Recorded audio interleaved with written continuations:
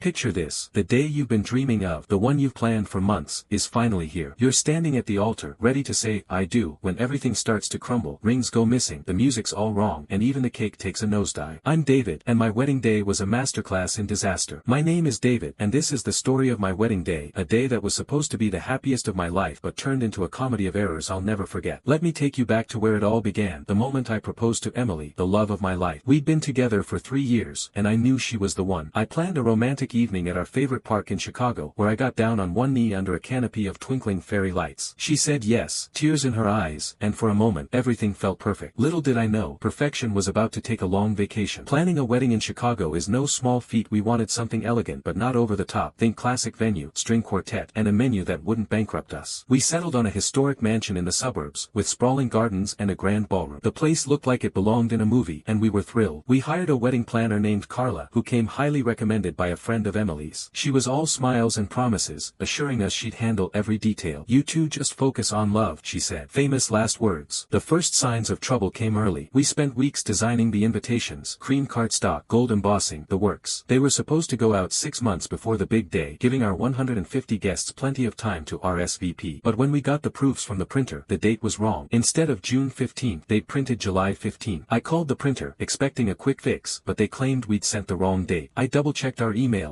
We hadn't. They agreed to reprint, but it would take 2 weeks, cutting into our timeline. Emily was stressed, but I told her it was just a hiccup. We've got this, I said, squeezing her hand. I believed it then. Then there was Emily's family. Don't get me wrong, I love them, but her mom, Linda, had opinions on everything. Flowers, seating charts, even the shade of my tie. Navy's too somber, David. Try royal blue, she'd say, holding up fabric swatches at family dinners. Her dad, meanwhile, kept dropping hints about keeping costs down, which didn't help when Linda insisted on a 5-tier cake. My own parents weren't much better. My mom kept suggesting we invite distant cousins I hadn't seen since I was 10. I started to feel like the wedding wasn't entirely ours anymore. Carla, our planner, wasn't helping. She'd nod along to our ideas but then forget half of them. We'd asked for peonies in the centerpieces, but she kept talking about roses. When I reminded her, she'd laugh it off. Oh, right, peonies. My bad. I chalked it up to her being busy, but there was this nagging feeling that we were just another paycheck to her. Emily was more forgiving. She's always been the optimist, but I could see the stress lines forming on her face. We were 3 months out, and the cracks were already showing. Still, I told myself it was normal. Weddings are chaotic, right? I had no idea how much worse it would get. One evening, while we were finalizing the guest list, Emily got a call from her friend Michael, a guy she'd known since college. He was one of those charming types, always quick with a joke, always the center of attention. He'd offered to help with the wedding, which I appreciated at the time. He even recommended the florist and the DJ, saying he had connections. You guys are lucky to have me, he'd said with a wink. I didn't think much of it then, but looking back, there was something in his tone that didn't sit right. Call it a gut feeling. By the time we hit the 2-month mark, I was juggling work, wedding stress, and a growing sense that something was off. The printer finally delivered the corrected invitations, but when we started getting RSVPs, half the guests thought the wedding was in July. Apparently, some of the original misprinted invites had gone out by mistake. I called Carla, who swore she'd handle it, but her handling was sending a mass email that looked like it was written by a toddler. Apologies for the mix-up, folks. June 15th, not July. LOL. I wanted to fire her on the spot, but Emily begged me to give her another chance. So I did, for her. But that uneasy feeling, it was growing. By the time we were 2 months out from the wedding, things were already starting to feel like a runaway train, and if I thought the misprinted invitations were the worst of our problems, I was in for a rude awakening. The whole invitation mess had left Emily and me scrambling to clarify the date with our guests. You'd think a simple email from Carla, our wedding planner, would have fixed it, but her LOL apology only made things worse. Guests started calling us directly, confused, and some were outright annoyed. My uncle Steve even texted me, "You trying to trick us with this July nonsense, kid?" I laughed it off, but inside, I was fuming. We decided to take matters into our own hands. Emily and I spent an entire weekend calling every guest to confirm the date, June 15th, not July. It was exhausting, and every call felt like an apology for something that wasn't our fault. Emily's mom, Linda, didn't help. She kept saying we should have gone with her cousin's printing company in Wisconsin, as if that would have magically solved everything. Their family, David, they wouldn't mess this up, she said over dinner one night. I bit my tongue, but I wanted to point out that her cousin's company was a guy with a laser printer in his garage. Carla, meanwhile, was dropping the ball left and right. We'd asked her to follow up with the venue to confirm the headcount, but she kept forgetting. When I called the mansion myself, the manager told me they hadn't heard from her in weeks. We need a final number soon, or you might lose your slot, he said. My stomach dropped. Lose our slot. This was the venue we dreamed of, the one Emily had fallen in love with the moment we toured it. I called Carla immediately, and she brushed it off. Oh, I've got it under control, David. Relax. Relax. I was starting to think she didn't know the meaning of the word control. Then there was the issue with the RSVPs. About a third of the invitations never even reached our guests. We found out because my best friend, Tom, called me one night, laughing. "Dude, you didn't invite me to your wedding." Harsh. I was confused until he explained he'd never gotten an invitation. Neither had half of my coworkers or Emily's extended family. When I confronted the printer, they claimed they'd shipped everything correctly. Carla, of course, said it was the post office's fault. "These things happen," she said with a shrug. I was starting to hate that phrase. Emily was taking it harder than I was. She's the kind of person who sees the best in everyone, but even she was starting to crack. One night, after another long day of damage control, she sat on our couch, staring at her laptop. "What if this is a sign, David?" she asked quietly. "What if this wedding is doomed?" I pulled her close, promising her we'd get through it. But privately, I was starting to wonder the same thing. The stress was getting to us, and we'd started snapping at each other over little things, like whether to seat her Aunt Margaret next to my cousin who never stops talking politics. To make matters worse, Emily's friend Michael was around more than I liked. He dropped by our apartment unannounced, always with some helpful suggestion. "You guys should have gone with my DJ friend. He's way better than the one you picked," he'd say, or, "I know a guy who could have done the invitations for half the price." It was always after the fact, always too late to change anything. I tried to be polite. He was Emily's friend, after all, but his constant input was grating. Once, when he overheard me complaining about Carla, he smirked and said, "Told you she was a mess. You should have listened to me." I didn't know why, but that smirk stuck with me. It felt off. By now, we were 6 weeks out, and the chaos was mounting. The guest list was still a mess, with some people double confirming and others not responding at all. Carla finally sent out a second batch of invitations, but she forgot to include the RSVP cards, so we had to mail those separately. Every fix seemed to create a new problem. I was spending more time putting out fires than actually planning the wedding. Emily's optimism was fading, and I could feel the distance growing between us. We were supposed to be a team, but it felt like we were fighting separate battles. One night, I couldn't sleep. I kept thinking about how everything was going wrong. The invitations, the venue, Carla's endless excuses. It didn't feel random anymore. It was like someone was pulling strings, making sure every step we took landed us in quicksand. I didn't have proof, but my mind kept circling back to Michael. His help was starting to feel less like support and more like interference. I didn't say anything to Emily. She trusted him completely, but I made a mental note to keep an eye on him. Something told me this was only the beginning. My wedding to Emily was turning into a logistical nightmare. With 6 weeks to go, the invitation debacle was still haunting us, but new problems were piling on faster than I could handle. The historic mansion we'd chosen as our venue, the one Emily had called our fairy tale spot, was starting to feel more like a haunted house. And the suppliers? Let's just say they weren't exactly making our dreams come true. It started with a call from the venue manager, a guy named Greg who sounded like he'd seen too many weddings go south. "David, we've got a problem," he said. Apparently, the mansion's outdoor garden, where we planned to hold the ceremony, was under repair. A pipe had burst, flooding half the lawn, and it wouldn't be fixed for at least a month. "We can move you to the indoor atrium," Greg offered, but the atrium was a glorified greenhouse, hot, cramped, and nowhere near the vibe we wanted. Emily was devastated when I told her. "It's not the same," she said, her voice breaking. "I promised we'd figure it out," but Greg wasn't optimistic. "You're cutting it close," he warned. "Other couples are booking fast." I called Carla, our so-called wedding planner, hoping she'd have a backup plan. She didn't. "Oh, that's such a bummer," she said, as if she was commenting on the weather. When I pressed her for solutions, she suggested we embrace the atrium and decorate it with extra flowers. Extra flowers? We were already over budget, thanks to her oversights on the catering deposit. I hung up, furious, and started researching other venues myself. Every place I called was either booked or way too expensive. The clock was ticking, and our dream wedding was slipping away. Then came the catering disaster. We'd chosen a local company known for their farm-to-table menus, perfect for our vision of a fresh, elegant meal. But 2 weeks after we signed the contract, they emailed us saying they'd updated the menu due to supply chain issues. Gone were the herb-crusted salmon and roasted vegetable medley we'd picked. Instead, we were getting chicken nuggets and mashed potatoes. Nuggets. At a wedding. I thought it was a joke until I called them. The manager, sounding bored, said, "It's what we can source right now. Take it or leave it." I was ready to leave it, but Emily begged me to negotiate. After hours of back and forth, they agreed to swap the nuggets for grilled chicken, but it still felt like a downgrade. I couldn't shake the feeling that we were being played. The florist was another headache. Michael, Emily's friend who'd recommended them, had sworn they were the best in Chicago. But when we met with them, they showed us arrangements that looked nothing like what we'd asked for. We wanted soft pinks and whites, peonies, roses, maybe some lilies. Instead, they brought out neon orange carnations and baby's breath that looked like it was plucked from a ditch. "This is what's in season," the florist said, ignoring the fact that we'd specified our preferences months ago. When I asked about the peonies, she shrugged and said they were out of stock. Out of stock? In spring? I wasn't buying it. Emily was too polite to argue, but I could see the disappointment in her eyes. The photographer was the next to fumble. We'd booked a guy named Vince, another of Michael's recommendations, who showed up to our consultation an hour late, blaming traffic. He seemed distracted, scrolling through his phone while we talked about our shot list. When I asked to see his portfolio, half the links on his website were broken. "I'll send you some samples later," he mumbled. He didn't. I started to wonder why Michael kept pushing these people on us. His connections were turning out to be a string of disappointments. By now, Emily and I were barely sleeping. Every day brought a new crisis, and Carla was useless. She'd send vague updates like, "Talk to the DJ, all good," but when I followed up, the DJ hadn't heard from her. My suspicions about Michael were growing too. He was always around, offering advice that sounded helpful but led to more problems. Like when he suggested we switch to a cheaper linen rental company to save money. We did, and they delivered tablecloths that were stained and frayed. "Oops, my bad," Michael said when I told him. That smirk again. It was starting to drive me nuts.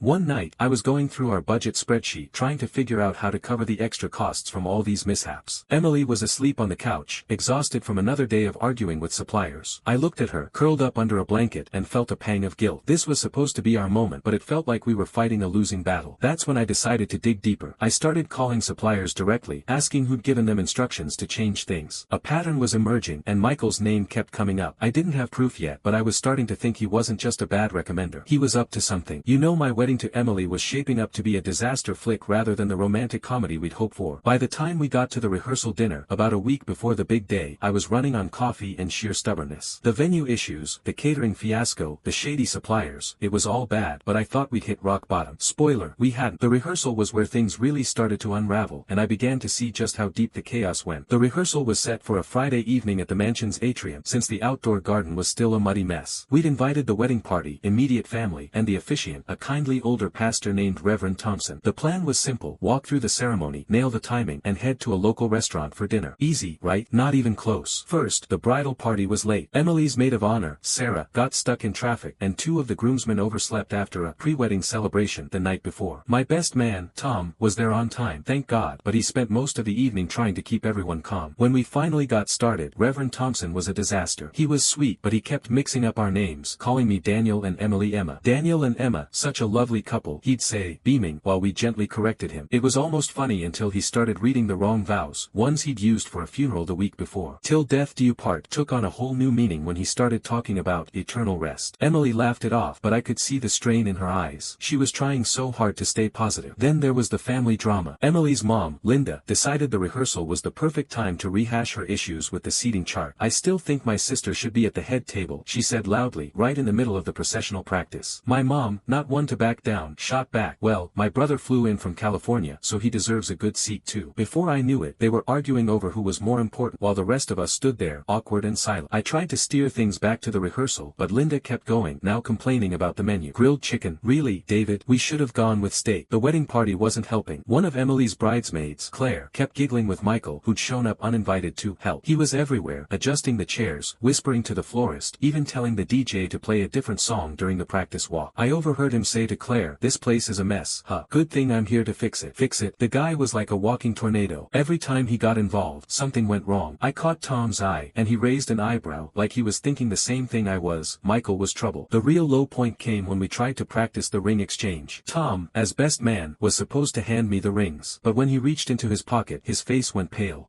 Dave, we've got a problem," he whispered. The placeholder rings, cheap stand-ins we were using for the rehearsal, were gone. We tore the atrium apart looking for them, with Linda muttering about bad omens, and my dad joking that maybe we should just elope. Eventually, we found the rings under a chair, but the whole thing felt like a metaphor for our wedding. Everything we touched seemed to slip away. By the time we got to the rehearsal dinner, I was ready to call it quits. The restaurant was another Michael recommendation, and surprise, surprise, it was a letdown. The food was cold, the service was slow, and they'd forgotten our reservation, so we were crammed into a corner near the kitchen. Emily was quiet, picking at her plate, and I could tell she was close to breaking. I leaned over and whispered, "We're almost there, babe. Just one more week." She gave me a weak smile, but it didn't reach her eyes. As we were leaving, Michael pulled me aside. "Rough night, huh?" he said, clapping me on the shoulder. "Don't worry, I've got some ideas to make the ceremony perfect." His tone was friendly, but there was that smirk again, the one that made my skin crawl. I nodded, not trusting myself to respond. By now, I was almost certain he was behind some of our problems. The florist, the DJ, the catering changes, he'd recommended them all, and everyone had failed us. I didn't know why he'd sabotage us, but I was determined to find out. That night, lying in bed, I couldn't shake the image of Michael's smirk. I started piecing things together, his constant presence, his helpful suggestions, the way he seemed to thrive on our stress. Emily trusted him, but I didn't. Not anymore. I decided to keep a closer eye on him during the wedding week. If he was pulling strings, I was going to catch him in the act. By the time our wedding day arrived, I was bracing for impact. Emily and I had spent months battling one disaster after another: misprinted invitations, a flooded venue, incompetent suppliers, and a rehearsal dinner that felt like a dress rehearsal for chaos. June 15th was supposed to be our moment, the day we'd look back back on with joy. Instead, it felt like we were walking into a storm with no umbrella. And trust me, the storm hit hard. The day started with a glimmer of hope. Emily woke up smiling, her excitement cutting through the fog of stress. I was at my parents' house, getting ready with my groomsmen, while she was at the venue with her bridesmaids. I was adjusting my tie when I got a call from Sarah, Emily's maid of honor. "David, we've got a problem," she said, her voice shaky. My heart sank. It was always something. Apparently, Emily's wedding dress had a massive coffee stain on the bodice. No one knew how it happened. The dress had been fine the night before, hanging in its garment bag. Sarah said Emily was trying to stay calm, but she was on the verge of tears. I rushed to the venue, my best man Tom in tow. When I got there, Emily was in the bridal suite, surrounded by her bridesmaids, who were frantically dabbing at the dress with club soda. The stain was stubborn, a brown smear right across the lace. Emily looked at me, her eyes red but determined. "It's just a dress, right?" she said, forcing a smile. I wanted to punch a wall, but I hugged her instead. "You're beautiful no matter what," I told her. We called a local seamstress who promised to bring a backup dress, but it wouldn't arrive for hours. Emily decided to wear the stained dress for now and switch later if needed. I admired her strength, but I was boiling inside. How does a dress get a coffee stain in a locked room? Things didn't get better from there. The ceremony was set for 3 p.m., but by noon, more problems were piling up. The DJ, another gem from Michael's list of trusted vendors, showed up with a playlist that was all wrong. We'd asked for classic jazz and soft pop, think Frank Sinatra and Norah Jones. Instead, he was blasting techno remixes of 90s hits. When I confronted him, he shrugged and said, "This is what I was told to play." Told by who? I didn't have time to dig, but my suspicions about Michael were growing stronger. Then there was the cake. We'd ordered a 3-tier vanilla cake with buttercream frosting, simple but elegant. When the delivery guy wheeled it in, I noticed it was leaning slightly, like a drunk uncle at a family reunion. Before I could say anything, one of the waiters tripped over a cord and bumped into the table. The cake wobbled, then crashed to the floor in a spectacular mess of frosting and sponge. The room went silent. Emily, who'd just walked in, stared at the wreckage, then burst out laughing. It was the kind of laugh that was half hysterical, half resigned. "Of course," she said, shaking her head. I wanted to laugh too, but all I could think was, who's doing this to us? The guests were starting to arrive, and the atrium was a sauna. The venue hadn't fixed the air conditioning, despite promising it would be ready. People were fanning themselves with programs, and my dad was already loosening his tie, muttering about third-rate venues. I pulled Greg, the manager, aside, and he apologized profusely, offering us a discount we didn't want. What we wanted was a working AC. He promised to bring in portable fans, but they wouldn't arrive until after the ceremony. Great. By 2:30, we were scrambling to get everyone in place. Emily was holding it together, stain and all, looking more beautiful than I'd ever seen her. I tried to focus on her, on why we were here, but every few minutes, something else went wrong. The florist delivered the wrong boutonnieres, cheap carnations instead of the roses we'd paid for. The photographer, Vince, was late again, claiming he'd gotten lost on his way to the venue. When he finally showed up, he was sweating through his shirt and fumbling with his camera. "Don't worry, I've got this," he said, but I didn't believe him. As we lined up for the processional, I caught sight of Michael, standing off to the side, chatting with one of the caterers. He was all smiles, but there was something in the way he glanced at me, like he was enjoying the chaos a little too much. I didn't have time to confront him. The music was starting, and Emily was waiting. But I made a mental note, whatever was going on, Michael was at the center of it. I just needed proof. The ceremony was about to begin, and despite everything, I felt a flicker of hope. Emily and I were about to say our vows, and maybe, just maybe, we could pull this off. But deep down, I knew the worst was yet to come. By the time Emily and I were standing at the altar, our wedding day had already been a gauntlet of disasters, stained dresses, fallen cakes, and a DJ who thought techno was romantic. But the ceremony itself, that's where the wheels really came off. June 15th was supposed to be our moment, the part where we said, "I do," and everything else melted away. Instead, it felt like we were starring in a sitcom where the punchline was our sanity. The atrium was packed with guests, all fanning themselves in the stifling heat. The portable fans the venue manager promised hadn't arrived, and people were visibly uncomfortable. My uncle Steve was mopping his forehead with a napkin, and Emily's mom, Linda, kept shooting me looks like I'd personally turned off the AC. The string quartet, one of the few things we'd managed to get right, started playing our chosen song, Pachelbel's Canon in D. For a brief moment, I thought we might pull this off. Then the music cut out. Not just paused, cut out, mid-note, like someone had yanked the plug. The quartet looked confused, fumbling with their instruments, until one of them whispered that the amplifier had died. No one had checked it beforehand. Carla, our useless planner, was nowhere to be found, probably hiding in a corner pretending to handle something. Emily squeezed my hand, her eyes pleading for me to stay calm. I forced a smile, but inside, I was screaming. The quartet switched to playing acoustically, but in the cavernous atrium, it was barely audible. Guests started whispering, and I could feel the awkwardness spreading like wildfire. Then came the ring fiasco. Tom, my best man, was supposed to hand us the real rings, not the placeholders we'd lost at the rehearsal. He reached into his pocket, and for the second time in a week, his face went white. "Dave," he whispered, "they're not here." My stomach dropped. I glanced at Emily, who was trying to keep her composure, but I could see the panic in her eyes. Reverend Thompson, oblivious, kept going with his script, mispronouncing our names again. "Daniel and Emma, please exchange your rings." The guests were staring, waiting. I leaned toward Tom. "You're kidding, right?" He shook his head, frantically patting his jacket. Out of nowhere, Michael appeared, striding up to the altar like he was saving the day. "Got you covered," he said, pulling 2 rings from his pocket and handing them to Tom. The guests clapped, thinking it was part of the show, but I wasn't buying it. How did Michael just happen to have backup rings? And why was he even up here? Emily smiled gratefully, but I caught the glint in Michael's eye, smug, like he was enjoying this a little too much. Tom passed us the rings, and we got through the exchange, but my mind was racing. Something was seriously wrong. The next disaster hit during the vows. We'd written our own, short and heartfelt, and I'd memorized mine weeks ago. But when it was Emily's turn, the microphone cut out. Not just static, dead silence. She kept going, her voice trembling but strong, but only the front row could hear her. Reverend Thompson, trying to help, repeated her words loudly, but he butchered them, turning "You're my safe harbor" into "You're my safe hamburger." A few guests snickered, and Emily's face flushed. I wanted to throttle someone, but I just held her hand tighter, trying to keep us both grounded. Then, as if the universe wasn't done with us, one of Emily's cousins, Greg, decided to make a scene. He'd been hitting the open bar a little too hard before the ceremony and stood up during the "Speak now or forever hold your peace" part. "I've got something to say," he slurred, waving a glass of whiskey. The room froze. Emily's mom gasped, and my dad looked ready to tackle him. Greg rambled about how he always thought Emily deserved better before his wife yanked him back down, apologizing profusely. It was mortifying, but Emily just laughed it off, whispering to me, "At least it's memorable." By the time we kissed and were pronounced husband and wife, I was numb. The guests cheered, but it felt hollow. As we walked down the aisle, I caught sight of Michael again, standing near the back, clapping slowly. That smirk was back, and it hit me like a punch. This wasn't just bad luck. The amplifier, the rings, the microphone, too many things were going wrong, and Michael was always there, lurking, helping. I didn't know why he'd want to ruin our day, but I was done wondering. I needed answers. As we headed to the reception, I pulled Tom aside. "Keep an eye on Michael," I said. "Something's not right." Tom nodded, his jaw tight. "I've been thinking the same thing, man. He's too involved." Emily was busy greeting guests, radiant despite everything, and I didn't want to worry her. But as I watched Michael charm his way through the crowd, I made a promise to myself. I was going to figure out what he was up to, and I was going to stop him. No, my wedding to Emily was less a celebration and more a survival test. By the time we made it through the ceremony, complete with a dead amplifier, missing rings, a faulty microphone, and a drunk cousin's outburst, I was barely holding it together. The reception was underway, and Emily was doing her best to keep the mood light, smiling for photos and dancing with her dad. But I couldn't shake the feeling that our day was being hijacked, and all signs pointed to one person, Michael, Emily's so-called friend from college. As we moved into the reception, I kept my eyes on him. He was mingling with guests, all charm and laughter, but I noticed how he lingered near the vendors, the caterers, the DJ, even the photographer. Every time something went wrong, he was nearby, offering help or a quick fix. The rings, the music, the cake disaster, it was too much to be a coincidence. I didn't know why he'd want to ruin our wedding, but I was done guessing. It was time to get answers. The reception was in the mansion's ballroom, which, despite the earlier chaos, looked beautiful. The stained tablecloths had been replaced at the last minute, and the flowers, while not perfect, were passable. Emily and I did our first dance to a jazz standard, and for a moment it felt like we'd won. The guests clapped, and Emily's smile was enough to make me forget the disasters. But then the DJ switched to another techno track, completely ignoring our playlist. Guests looked confused, and Emily's mom shot me a glare like I'd personally chosen the music. I marched over to the DJ booth, ready to lose it, and there was Michael, leaning over the table, chatting with the DJ like they were old friends. "Hey, what's going on?" I asked, keeping my tone even. The DJ shrugged. "This is what I was told to play, man." I turned to Michael, who raised his hands innocently. "Whoa, don't look at me. I'm just trying to keep things lively." That smirk again. I wanted to wipe it off his face, but I needed proof before I could confront him. I nodded and walked away, but my mind was racing. I pulled Tom, my best man, aside and asked him to do some digging. "Talk to the vendors," I said. "Find out who's been giving them instructions." Tom, who'd been suspicious of Michael since the rehearsal, was all in. While Emily and I worked the room, thanking guests and trying to keep the party going, Tom started asking questions. It didn't take long for the pieces to fall into place. First, he talked to the caterer, who admitted that someone had called last minute to change the menu to chicken nuggets. They'd assumed it was me, but the caller had used a burner email and paid extra to rush the change. Then the florist confessed that their out-of-stock peonies had been cancelled by someone claiming to represent the couple. The DJ confirmed that Michael had slipped him a new playlist that morning, saying it was what the bride wanted. Every vendor had a similar story, and Michael's name kept coming up. By now, I was seeing red. I found Tom near the bar, where he showed me a text from the photographer, Vince. Apparently, Michael had told him to show up late, claiming we'd changed the schedule. "He said you wanted candid shots during setup," Vince wrote. I figured it was weird, but he was so convincing. That was the last straw. Michael wasn't just meddling, he was orchestrating this chaos. I found him near the dessert table, laughing with one of Emily's cousins. "Michael, we need to talk," I said, my voice low but firm. He followed me to a quiet corner, still smiling like nothing was wrong. "What's up, man? Everything okay?" he asked, all innocence. I didn't buy it for a second. "Cut the act," I said. "You've been sabotaging our wedding. The menu, the flowers, the music, it's all you. His smile faltered just for a second, but it was enough to confirm my suspicions. Whoa, David, that's a big accusation, he said, but his tone was too smooth, too practiced. Why would I do that? I'm just trying to help you guys. Then explain why every vendor got last-minute changes from you, I shot back. The rings, the playlist, the dress. Who spills coffee on a wedding dress in a locked room? His eyes narrowed, and for the first time, I saw something else in them, anger. You're paranoid, David, he said. Maybe you're just not cut out for this wedding stuff. That's when it clicked. I remembered something Emily had told me years ago, back when we first started dating. Michael had a thing for her in college, but she turned him down, choosing me instead. He'd acted like he was over it, staying friends with her, but now I saw it for what it was, resentment. He couldn't stand that we were happy, that we were building a life together. This wasn't just petty interference, it was personal. I wanted to confront him right there, but Emily was across the room, laughing with her bridesmaids, and I didn't want to ruin her night. This isn't over, I told him, walking away. I needed a plan, something to expose him without turning our wedding into a soap opera. Michael thought he'd won, but I wasn't going to let him have the last word. By the time I confronted Michael at our wedding reception, I was done playing nice. The day had been a relentless parade of disasters, stained dresses, a toppled cake, a sabotaged playlist, and a ceremony that felt like a test of endurance. But now I knew the truth. Michael, Emily's old college friend, had been pulling the strings, turning our dream wedding into a nightmare. His motive? A bitter grudge from years ago when Emily chose me over him. I wasn't going to let him ruin our day completely, but I wasn't going to let him walk away unscathed either. This is the story of how we turned the tables and took back our moment. The reception was in full swing, with guests dancing and toasting despite the earlier chaos. Emily was radiant, twirling with her dad to a song that, miraculously, was from our actual playlist. I didn't want to drag her into this mess. She deserved to enjoy what was left of our day. But I couldn't let Michael's sabotage go unanswered. I needed a way to expose him without turning the reception into a spectacle. As I watched him charm a group of guests near the bar, that infuriating smirk plastered on his face, I hatched a plan. I pulled Tom, my best man, aside and filled him in. We're going to call him out, I said, but it's got to be subtle. No fistfights, no drama, just enough to make him squirm. Tom grinned, always up for a little justice. We enlisted Sarah, Emily's maid of honor, who'd overheard enough to know Michael was trouble. Together, we came up with something simple but effective. We'd use the reception's toasts to shine a spotlight on Michael's helpfulness. First, I needed to make sure the vendors were on board. Tom and I tracked down the DJ, the caterer, and the photographer, who were all frustrated after realizing they'd been misled. I explained what we'd learned about Michael's interference and asked them to back me up. They were more than happy to help. Apparently, Michael hadn't been charming to them behind the scenes. The caterer even admitted he'd suspected something was off when Michael paid extra to push the chicken nugget menu. When it was time for the toasts, I took the microphone first. The room quieted, and Emily looked at me with that smile that always made my heart skip. I want to thank everyone for being here, I started, keeping my tone light. This day hasn't gone exactly as planned, but Emily and I are grateful for your love and support. The guests chuckled, probably thinking of the cake disaster or the techno music. Then I pivoted. I also want to give a special shout out to Michael, Emily's friend, who's been so involved in making today unforgettable. The room clapped politely, but I caught Michael's eyes narrowing. I went on. Michael recommended our amazing vendors, and he's been hands-on with the details. In fact, let's hear from them about his contributions. I gestured to the DJ, who stepped forward, looking nervous but ready. Yeah,